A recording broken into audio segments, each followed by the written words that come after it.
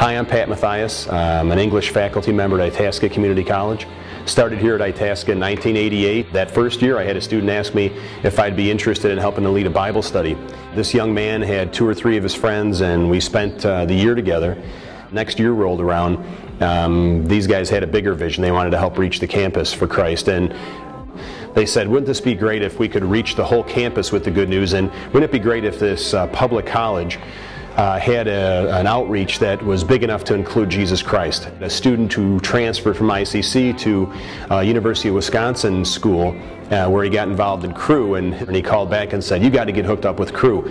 These guys are doing unbelievable things. They match up right with what you guys are doing at ICC, and if you hook up, they'll give you training, you got conferences, workshops, you can travel with them, you can do all kinds of ministry.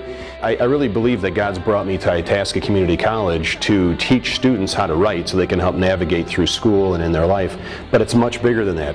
In 1983, as a graduate student, I became a Christian. I became a follower of Christ, and because of that, I am no longer in charge of my own destiny. I've turned my destiny over to the Lord.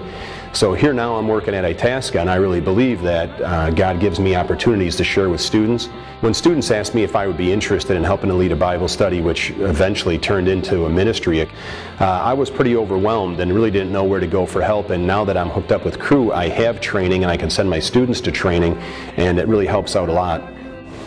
You know, a lot of students come from places where they've never seen Christians, where they come from backgrounds that are completely opposite or opposed to Christ.